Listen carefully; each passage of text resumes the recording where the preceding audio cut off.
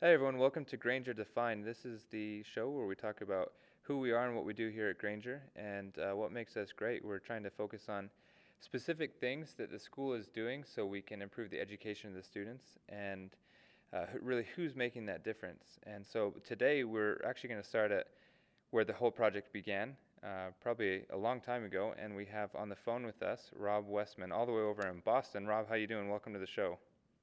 I'm doing great. Thanks for having me.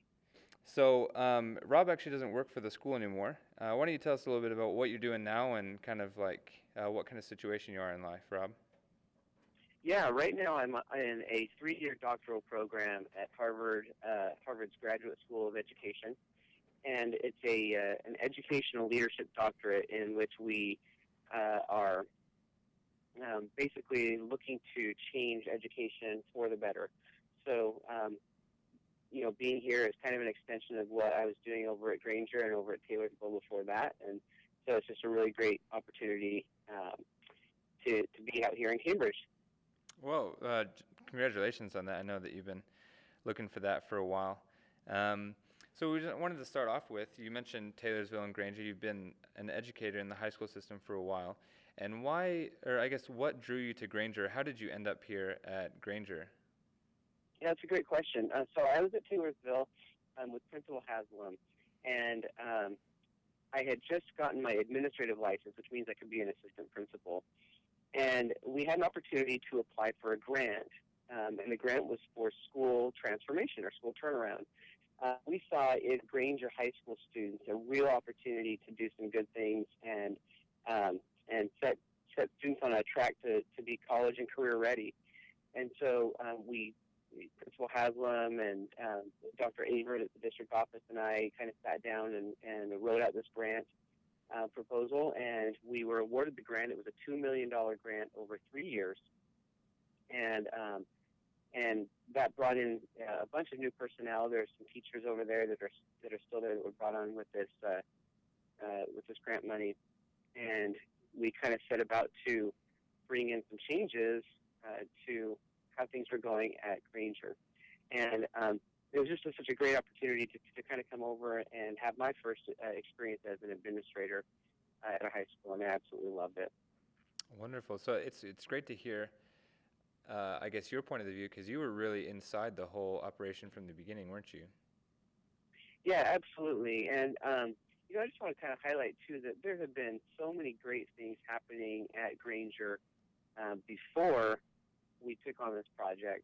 But this project really offered us an opportunity to bring in some changes and try to be really innovative about how we approach high school education and look for opportunities to get kids on the track to be and I say kids, I mean young people Yeah. to be college and career ready.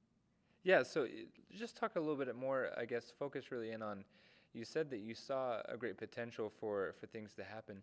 What really was the thing that sparked this, or what made you know that this would be a good investment? Yeah, that's a really great question. What I find about Granger students is that because there is such a tremendous diversity in the school, the student body, um, and I say diversity not just like racial diversity, but language and diversity of ideas and opinions, and there's so much, what we would call intellectual capital, and this comes from cultural knowledge and just uh, just ground level knowledge that people have in the area and that students have. And it was just such a great opportunity for us to bring in some changes. And we felt like um, some of the things that were happening at Granger that weren't as positive, some of the violence and some of the things that had been kind of um, kind of a drag on Granger's reputation. These things were not they didn't have to be that way. And students in the area were kind of just hungry for a chance to be on the track to go to college. Great, great. Now, I think you point out a really good point, just so people know and kind of understand what's going on. On any given day, we have about 31 languages that are spoken here, and you talk about having diversity. I mean, anytime that you have 3,000 students in one building, that's going to be a great amount of diversity, coming from all these different languages, races, cultures, like you said. Many of these people, this is kind of their first time being in America. They've just moved here with their families. So that is a very good point to highlight, that we do have a lot of diversity here, which I think really adds to the atmosphere of the education here. Um, so I guess continuing on, you mentioned changes that might be taking place, and obviously with a big grant, you're going to use that for something. Can you kind of explain at the beginning, what was the project? What did you specifically want to use that money for? And then maybe what kind of changed along the way, and what did you end up doing more towards the end of your stay here at Granger? Yeah, so we approached the project by saying, you know what, we really need is to target certain areas. And a lot of the resources before had gone to seniors. So at 12th grade, how can we get kids to graduation? Um, and and we thought, what we really need to do is make sure that students entering high school at 10th grade at the time, and now it's ninth grade, but at 10th grade, what do they need to be successful? And so what we did is we put pretty much three-quarters of the money toward personnel. And they were teachers in math and in science and in language arts.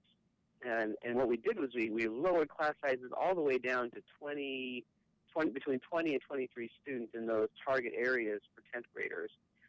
And the reason why we thought that would be so important is because education is all about relationships between people. And so if you're going to have an infusion of money, then what we want to do is create more opportunities for these relationships to happen, to allow people to get to know each other and have good role models to be able to get into an academic frame of mind and into college. As we went on, we helped with the plan the entire time, but we ended up looking at some of our academic projects and some of our behavior projects, and we came across some real innovations. And those are some of the adjustments that we made along the way. But we stuck with our original plan of maintaining additional personnel. Okay. And that's obviously very important now as well, having so many students and having all the ninth graders here. It's very important that we have enough teachers for all these kids.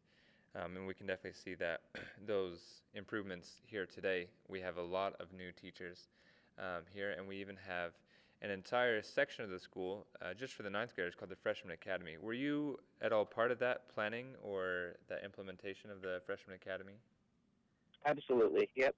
Yeah, we from the beginning we looked at 3 years out where we have this big brand new school to move into, and in collaboration with the community, we say, well, what would be a good way to influence our graduation rate? What's going to be the best way to unite this community around this vision of really having a pipeline into college? And we thought, it's got to start in ninth grade. It's got to start at that first year where everything matters. We've got to bring students into the building to experience high school right away, to get into the academic frame of mind, and to be surrounded by people who really cared about them. And so from the beginning, we looked at that as an opportunity. And it took us 2 or 3 years to actually make it happen through a process in the district. But in the end, it was decided by the community and by the Board of Education that it would be the best thing, and I think it is.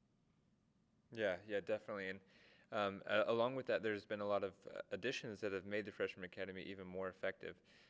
Things such as the role of the paraeducator, which is kind of not so much it's not so much an additional teacher, but it's a resource that the teacher can use to help the struggling students in their class. Is that right?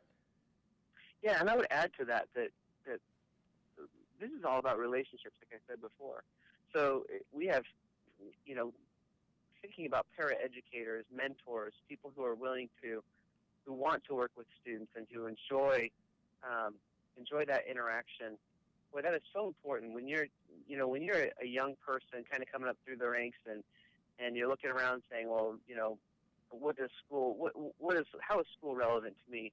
To have somebody who's willing to kind of put their arm around you and say, hey, look, let's look at school like this, and let's approach school in a way that that we can have this fit into your life goals and plans. I mean, I think that's priceless. Yeah, definitely, definitely. Well, it just seems like there's so many great things that have been able to come because of this grant you were able to get also, and just all this planning that went into place. How does it feel to just be a part of that program? And unfortunately, you're not here with us. You know, it's a good thing that you're at Harvard and working on those things. But what were the emotions and some of the feelings that you had as you were going through this process and you were seeing the change happen? I think one of the moments that stand out is the very first year we offered the ACT to all juniors, to all 11th graders, and there was kind of some people as a staff. We were still kind of trying to come together and figure out how we operated. There was some tension and things like that, and there was some voices that said, students at Granger won't show up on the day that they take the ACT. It was kind of optional, right? Mm. And on that day, it was the best.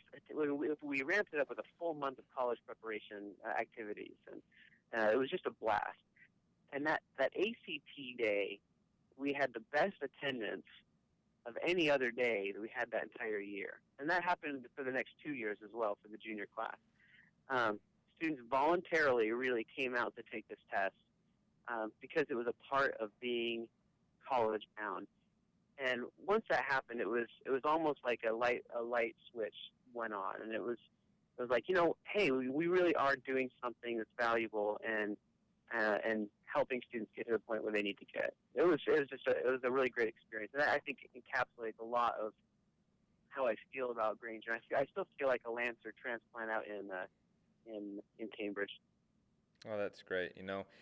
And I'm sure on behalf of myself and all the staff and the administration and the faculty and everybody here, we're really grateful for the part that you did play, and just seeing all of this happen and this transformation. Change can be difficult and change can be hard, but I feel that everyone's really embraced everything that's happened so far. So I guess from our end, we just want to tell you it's going well and just thank you for all your hard work, and thanks for coming on the show today. Yeah, you bet. The pleasure's mine, and I'm really looking forward to hearing more great things from the Lancers. Okay, no worries. Well, thanks, Rob. Thanks for coming. Okay, thank you so much. Okay, we'll see you later. Bye. Bye. All right, guys. Well, that was Rob Wessman, and we're just really grateful for him coming on the show. And make sure to check back every Friday. We're going to have an update and a new interview, a new podcast, and hopefully throughout the week on the blog we'll be able to put up some more stuff. But also make sure to follow us on Twitter at GrangerHS. We have a YouTube channel. Search for Granger High. We have a lot of videos up there highlighting different parts of the school, and that's constantly updated as well. We have a Facebook page, Granger High School-official. That's the official Facebook page for Granger High School, and that's where you can get all the latest up-to-date information along with this blog, Granger Defined. Really thank you guys for listening today, and hopefully we'll hear from you next week.